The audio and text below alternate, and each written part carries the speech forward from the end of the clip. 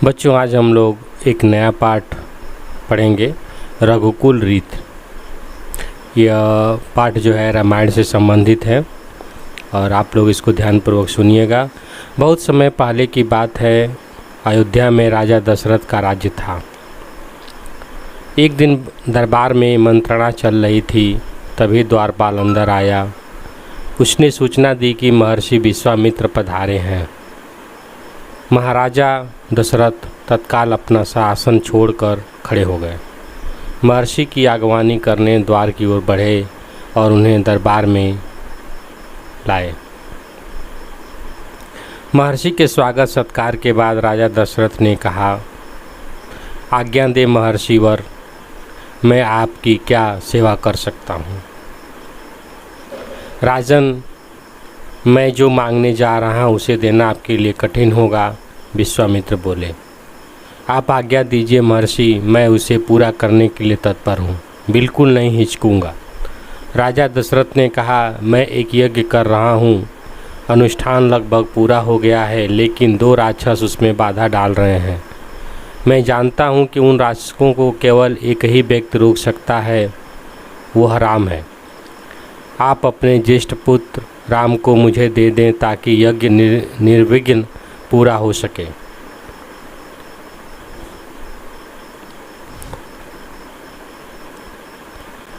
विश्वामित्र ने कहा, राजा दशरथ पर जैसे बिजली गिर पड़ी। वह अचकचा गए। उन्हें उम्मीद ही नहीं थी कि मुनिवर उनके प्रिय राम को मांग लेंगे। दशरथ चिंता में पड़ गए। विश्वामित्र दशरथ की दुविधा समझ रहे थे। उन्होंने कहा, मैं राम को केवल कुछ दिनों के लिए मांग रहा हूँ, यज्ञ 10 दिन में संपन्न हो जाएगा। महाराजा दशरथ पुत्र वियोग की आशंका से कांप उठे। दरबार में सन्नाटा छा गया। दशरथ की दशा देखकर मंत्री चिंतित थे पर चुप थे। महर्षि विशिष्ट शांत थे। इतने में दशरथ कांप कर बेहोश हो गए। होश आया तो डर ने उन्हें फिर जकड़ लिया और वे शून्य होकर दोबारा गिर पड़े। किसी अनिष्ट की आशंका से सभी दरबारी सशंकित थे। वे कुछ समझ नहीं पा रहे थे। महर्षि और महाराज के बीच संवाद कुछ बोलना उचित भी नहीं था। मुनि वशिष्ठ चुपचाप आकर महाराज दशरथ के पास खड़े हो गए। थोड़ी देर बाद दशरथ की चेतना लौटी तो उठे। स्वयं को संभालते हुए उन्होंने महर्षि विश्वामित्र से विनती की, महामुनि, मेरा राम तो अभी 16 वर्ष का भी नहीं हुआ है, वह राक्षसों से कैसे लड़ेगा। राक्षस मायावी हैं, वह उनका छल कपट कैसे समझेगा, उन्हें कैसे मारेगा। इससे अच्छा तो यही होगा कि आप मेरी सेना ले जाएं।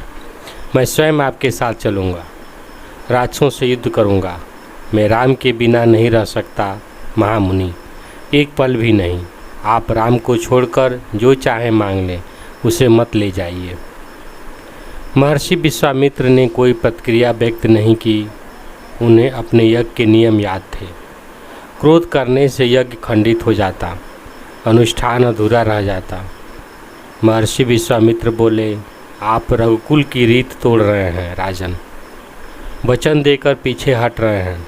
आप जानते हैं कि मैं स्वयं दुष्ट राक्षसों का संहार कर सकता था, लेकिन मैंने संन्यास ले लिया है। अगर आप राम को मेरे साथ नहीं भेजेंगे तो मैं यहाँ से खाली हाथ लौट जाऊँगा। बात बिगड़ती देख मुनि वशिष्ठ आगे आए। महाराजा दशरथ को समझाते हुए कहा, राजन, आपको अपना वचन पूरा करना चाहिए। रघुकुल की रीत यही है। प्राण देकर भी आपके पूर्वजों ने वचन निभाया है। आप राम की चिंता न करें। महर्षि के होते उनका कोई कुछ नहीं बिगाड़ सकता। महाराजा दशरथ की चिंता कुछ कम हुई, पर मन अब भी खिन्न था। गुरु वशिष्ठ ने कहा, महाराजा, महर्षि विश्वामित्र सिद्ध पुरुष हैं, तपस्वी हैं, अनेक गुप्त विधाओं के जानकार हैं। वह कुछ सोचकर ही यहाँ आए हैं। राम उनसे अनेक विद्या सीख सकेंगे। आप राम को महर्षि विश्वामित्र के साथ जाने दें, राम को उन्हें सौंप दें। दशरथ ने मुनि वशिष्ठ की बात दुखी मन से स्वीकार कर ली, लेकिन वह राम को अकेले नहीं भेजना चाहते थे। उन्होंने विश्वामित्र से आग्रह किया कि वे राम के साथ उनके छोटे भाई लक्ष्मण को भी ले जाएं। महर्षि विश्वामित्र ने महाराजा दशरथ का यह आग्रह स्वीकार कर लिया। राम और लक्ष्मण को तत्काल दरबार में बुलाया गया। महाराज दशरथ ने उन्हें अपने निर्णय की सूचना दी। दोनों भाइयों ने सिर झुकाकर उसे सहर्ष स्वीकार कर लिया। इसकी सूचना माता कौशल्या को दी गई। बताया गया कि राम और लक्ष्मण महर्षि विश्वामित्र के साथ बन जा रहे हैं। नितांत गंभीर माहौल में स्वस्तिवाचन हुआ, शंख ध्वनि हुई, नगाड़े बजे। महाराजा दशरथ ने भावुक होकर दोनों पुत्रों का मस्तक चूमकर उन्हें महर्षि को सौंप दिया। दोनों राजकुमार बिना विलंब किए महर्षि के साथ चल पड़े। बीहड़ और भयानक जंगलों की ओर विश्वामित्र आगे आगे चल रहे थे। राम उनके पीछे थे। लक्ष्मण राम से 2 कदम पीछे अपने धनुष संभाले हुए, पीठ पर तुड़ीर बांधे, कमर में तलवारें लटकाए। इस प्रकार यह कहानी कथा समाप्त हुई। कुछ महत्वपूर्ण शब्द अर्थ दिए हैं, इसको आप लोग देख लीजिए। गहन का अर्थ होता है गुड़, गहरी, गुड़ या गहरी। सिद्ध पुरुष का अर्थ होगा वह व्यक्ति जिसे योगादि में सिद्धि प्राप्त गई हो। आशंका का अर्थ होता है भय। बिजली गिरना का अर्थ होता है सन रह जाना। अनिष्ट का अर्थ होता है अशुभ। सूचक का अर्थ होता है सूचना देने वाला। खिन्न का अर्थ होता है दुखी या उदास। आग्रह का अर्थ होगा हठ पूर्वक प्रार्थना। स्वस्तिक वाचन का अर्थ होता है मंगल पाठ। तत्पर का अर्थ होगा तैयार। अनुष्ठान का अर्थ होगा धार्मिक कृत्य।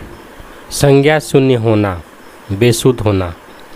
सशंकित का अर्थ होगा डरा हुआ। खंडित का अर्थ होगा अपूर्ण। संहार का अर्थ होगा नाश या ध्वंस। बिछोह का अर्थ होता है अलग होना या वियोग। नितांत का अर्थ होगा अत्यधिक। तुड़ीर का अर्थ होगा तर्कस। इस प्रकार यह पाठ समाप्त हुआ। एक बार वीडियो को पुनः आप लोग देख लीजिएगा, सुन लीजिएगा। धन्यवाद।